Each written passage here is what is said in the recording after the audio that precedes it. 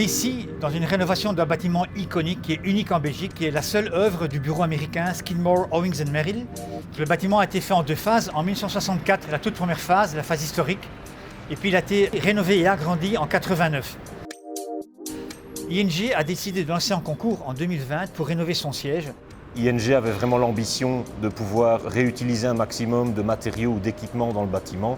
C'est par exemple le cas pour les groupes de secours qui sont complètement réutilisés, des appareils sanitaires qui ont été démontés, stockés et qui seront réutilisés aussi. Rotor a fait un inventaire des matériaux existants dans le bâtiment. Certains matériaux qui ne pouvaient pas être utilisés vont essayer de renvoyer vers des filières de recyclage.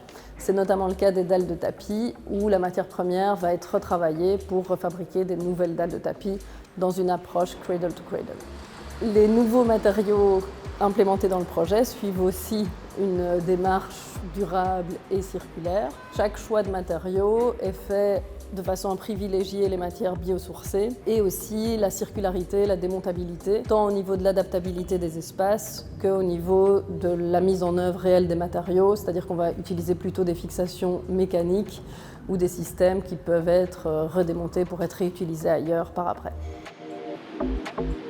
On a proposé dans ce concours international de dire on va respecter l'ancien bâtiment et on va travailler tout le bâtiment par l'intérieur et le mener vers des performances qui n'ont jamais été atteintes pour des bâtiments historiques. Grâce à l'optimisation de l'enveloppe, au choix des matériaux qui sont à chaque fois le plus durables possible et à l'optimisation des techniques, on arrive à réduire les émissions de CO2 de 75% par rapport aux bâtiments existants.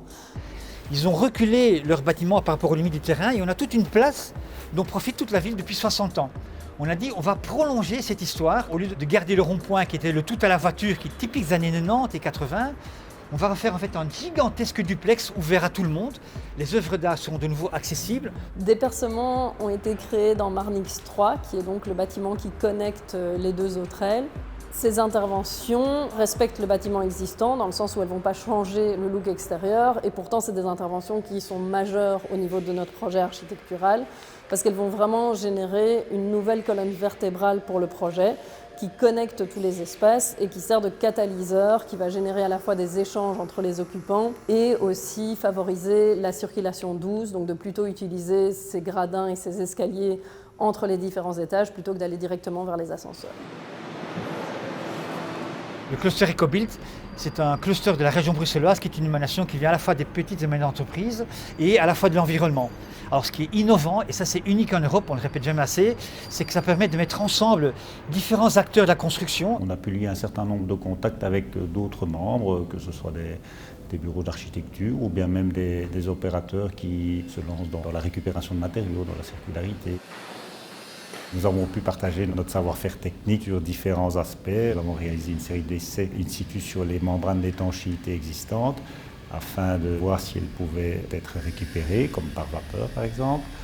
Nous avons également proposé de récupérer un grand nombre de dalles de faux plancher pour les remettre en œuvre en situation définitive.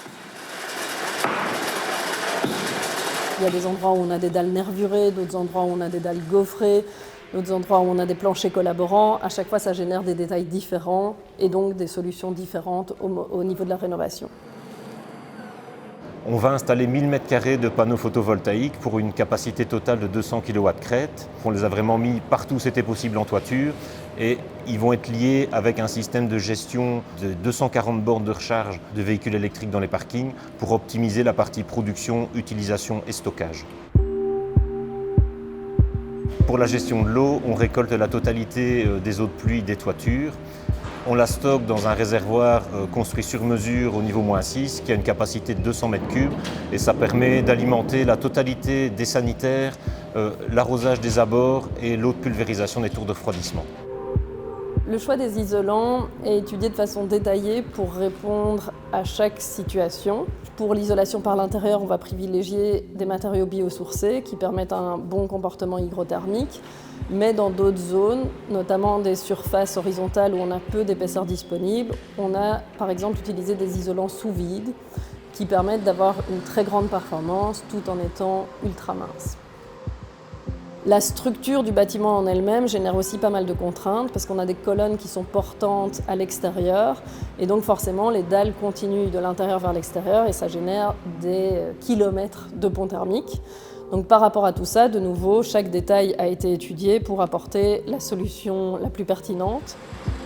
Un produit hydrofuge et photocatalyseur qui est incolore est appliqué sur toutes les façades.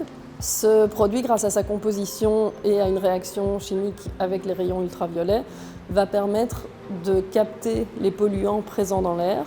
Et notamment, il est très efficace au niveau des NOx, qui sont les polluants qui sont émis par les moteurs des voitures et donc qui sont très présents dans les artères qui entourent le bâtiment. Donc ça va vraiment permettre de dépolluer aussi l'environnement à proximité du projet.